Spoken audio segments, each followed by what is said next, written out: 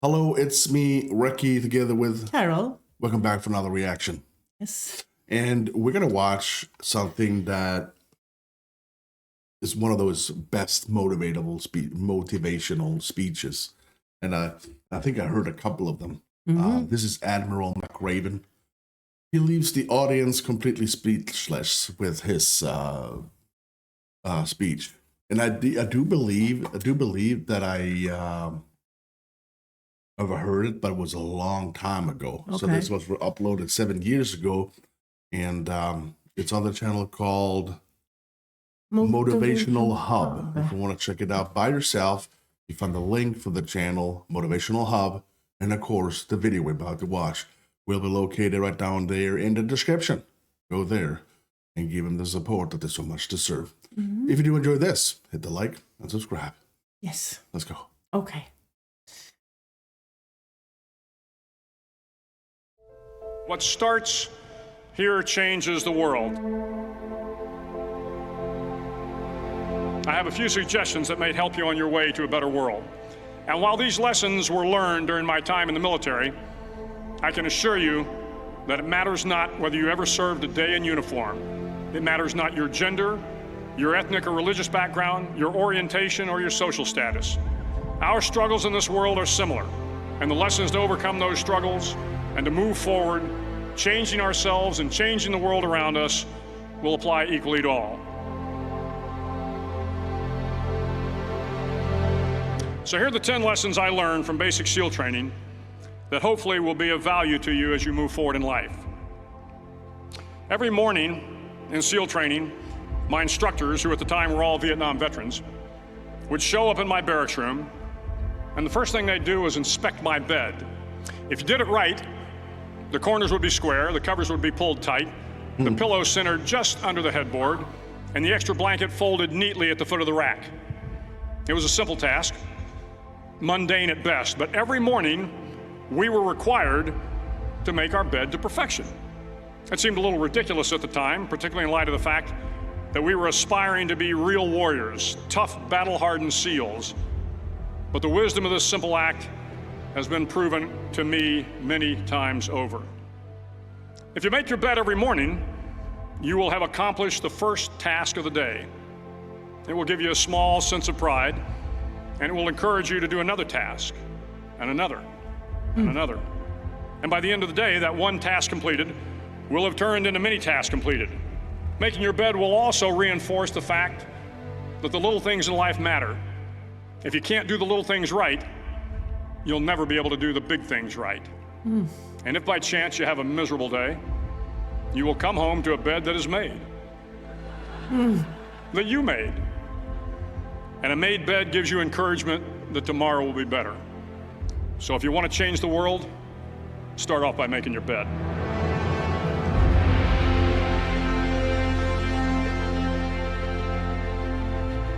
During SEAL training, the students are all broken down into boat crews. Each crew is 7 students, 3 on each side of a small rubber boat, and 1 coxswain to help guide the dinghy. Every day, your boat crew forms up on the beach and is instructed to get through the surf zone and paddle several miles down the coast. In the winter, the surf off San Diego can get to be 8 to 10 feet high, and it is exceedingly difficult to paddle through the plunging surf unless everyone digs in. Every paddle must be synchronized to the stroke count of the coxswain. Everyone must exert equal effort, or the boat will turn against the wave and be unceremoniously dumped back on the beach. For the boat to make it to its destination, everyone must paddle. You can't change the world alone. You will need some help. And to truly get from your starting point to your destination takes friends, colleagues, the goodwill of strangers, and a strong coxswain to guide you. If you want to change the world, find someone to help you paddle. Over a few weeks of difficult training, my SEAL class, which started with 150 men, was down to just 42. There were now 6 boat crews of 7 men each.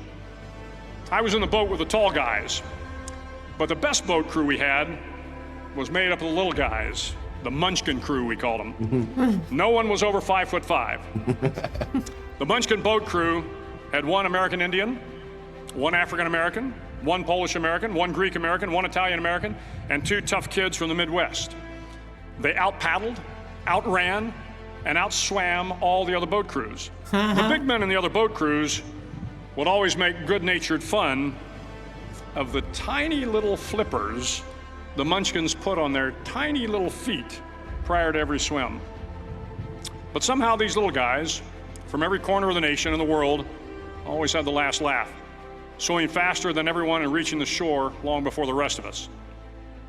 SEAL training was a great equalizer. Nothing mattered but your will to succeed, not your color, not your ethnic background, not your education, not your social status. If you want to change the world, measure a person by the size of their heart, not by the size of their flippers.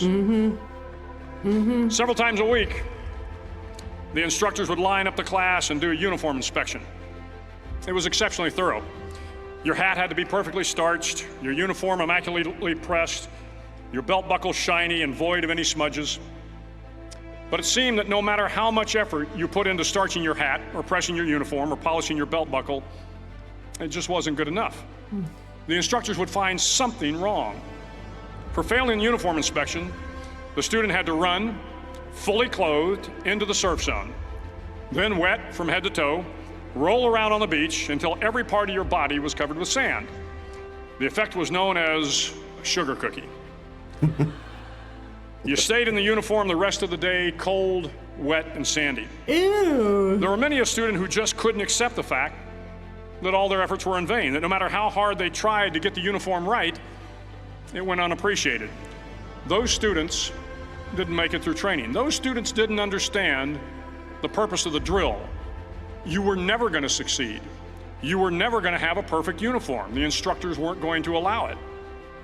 Sometimes, no matter how well you prepare or how well you perform, you still end up as a sugar cookie. It's just the way life is sometimes. If you want to change the world, get over being a sugar cookie and keep moving forward. Every day during training, you were challenged with multiple physical events, long runs, long swims, obstacle courses, hours of calisthenics, something designed to test your mettle. Every event had standards, times you had to meet. If you failed to meet those times, those standards, your name was posted on a list, and at the end of the day, those on the list were invited to a circus. A circus was 2 hours of additional calisthenics, designed to wear you down, to break your spirit, to force you to quit. No one wanted a circus. A circus meant that for that day, you didn't measure up. A circus meant more fatigue, and more fatigue meant that the following day would be more difficult and more circuses were likely. But at some time during SEAL training, everyone made the circus list. But an interesting thing happened to those who were constantly on the list. Over time, those students who did 2 hours of extra calisthenics got stronger and stronger. The pain of the circuses built inner strength and physical resiliency. Life is filled with circuses. You will fail. You will likely fail often. It will be painful. It will be discouraging. At times, it will test you to your very core. But if you want to change the world, don't be afraid of the circuses. At least twice a week, the trainees were required to run the obstacle course. The obstacle course contained 25 obstacles, including a 10-foot wall, a 30-foot cargo net, a barbed wire crawl, to name a few. But the most challenging obstacle was the slide for life. It had a 3-level, 30-foot tower at one end and a 1-level tower at the other. In between was a 200-foot long rope. You had to climb the 3-tiered tower, and once at the top, you grabbed the rope, swung underneath the rope, and pulled yourself hand over hand until you got to the other end. The record for the obstacle course had stood for years when my class began in 1977. The record seemed unbeatable until one day a student decided to go down the slide for life head first. Instead of swinging his body underneath the rope and inching his way down, he bravely mounted the top of the rope and thrust himself forward. It was a dangerous move, seemingly foolish and fraught with risk. Failure could mean injury and being dropped from the course. Without hesitation, the student slid down the rope perilously fast. Instead of several minutes, it only took him half that time. And by the end of the course, he had broken the record. If you want to change the world, Sometimes you have to slide down the obstacles head first. During the land warfare phase of training, the students are flown out to San Clemente Island, which lies off the coast of San Diego. The waters off San Clemente are a breeding ground for the great white sharks. To pass SEAL training, there are a series of long swims that must be completed. One is the night swim. Before the swim, the instructors joyfully brief the students on all the species of sharks that inhabit the waters off San Clemente. They assure you, however, that no student has ever been eaten by a shark, at least not that they can remember. But you are also taught that if a shark begins to circle your position, stand your ground. Do not swim away. Do not act afraid. And if the shark, hungry for a midnight snack, darts towards you, then summons up all your strength and punch him in the snout, and he will turn and swim away. There are a lot of sharks in the world. If you hope to complete the swim, you will have to deal with them. So if you want to change the world, don't back down from the sharks. As Navy SEALs, one of our jobs is to conduct underwater attacks against enemy shipping. We practice this technique extensively during training. The ship attack mission is where a pair of SEAL divers is dropped off outside an enemy harbor and then swims well over 2 miles underwater, using nothing but a depth gauge and a compass to get to the target.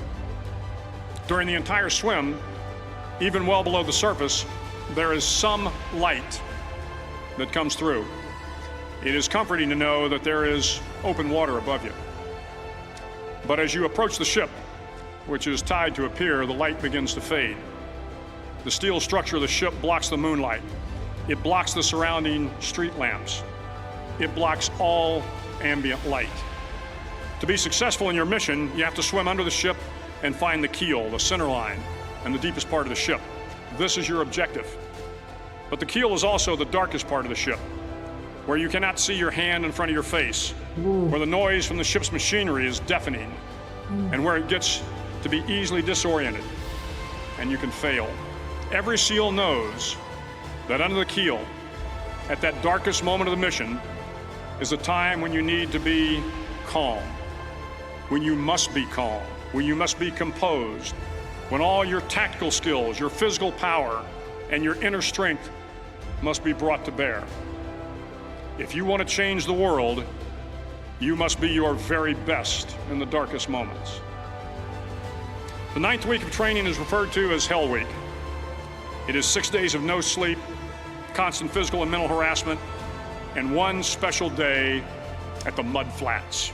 The Mud Flats are an area between San Diego and Tijuana where the water runs off and creates the Tijuana Sloughs, a swampy patch of terrain where the mud will engulf you. It is on Wednesday of Hell Week that you paddle down to the Mud Flats and spend the next 15 hours trying to survive this freezing cold, the howling wind, and the incessant pressure to quit from the instructors. As the sun began to set that Wednesday evening, my training class, having committed some egregious infraction of the rules, was ordered into the mud. The mud consumed each man till there was nothing visible but our heads. The instructors told us we could leave the mud if only 5 men would quit. Only 5 men, just 5 men, and we could get out of the oppressive cold. Looking around the mud flat, it was apparent that some students were about to give up. It was still over 8 hours till the sun came up. 8 more hours of bone-chilling cold. The chattering teeth and the shivering moans of the trainees were so loud, it was hard to hear anything. And then one voice began to echo through the night. One voice raised in song. The song was terribly out of tune, but sung with great enthusiasm. One voice became 2, and 2 became 3, and before long, everyone in the class was singing. The instructors threatened us with more time in the mud if we kept up the singing, but the singing persisted, and somehow the mud seemed a little warmer, and the wind a little tamer, and the dawn not so far away. If I have learned anything in my time traveling the world, it is the power of hope. The power of one person, a Washington, a Lincoln, King, Mandela, and even a young girl from Pakistan, Malala. One person can change the world by giving people hope. So if you want to change the world, start singing when you're up to your neck in mud. Finally, in SEAL training, there's a bell. A brass bell that hangs in the center of the compound for all the students to see. All you have to do to quit is ring the bell. Ring the bell, and you no longer have to wake up at 5 o'clock. Ring the bell, and you no longer have to be in the freezing cold swims. Ring the bell, and you no longer have to do the runs, the obstacle course, the PT, and you no longer have to endure the hardships of training. All you have to do is ring the bell to get out. If you want to change the world, don't ever, ever ring the bell. It will not be easy. Start each day with a task completed. Find someone to help you through life. Respect everyone. Know that life is not fair and that you will fail often. But if you take some risks, step up when the times are the toughest, face down the bullies, lift up the downtrodden, and never, ever give up. If you do these things, the next generation and the generations that follow will live in a world far better than the one we have today. And what started here will indeed have changed the world for the better. Thank you very much.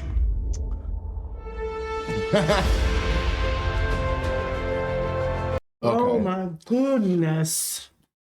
Okay. Well, I've seen it before, and every time I hear him, he has the most beautiful speaking voice, and he sounds extremely military because that is his life. But he took all this from basic training for the SEALs. Yeah. All of it. Yeah, and it's spot on. It really is spot on everything. It's crazy.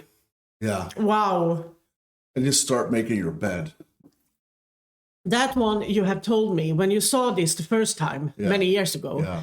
I remember you got up to me and said, I'm going to start to make my bed. And I didn't know what he meant. But now I do. Yeah, but like you said, it's just a small task. Yeah, exactly. It makes you feel got it done. And next step or next task is, Yeah, I get it. Really, really powerful. Yeah. Wow.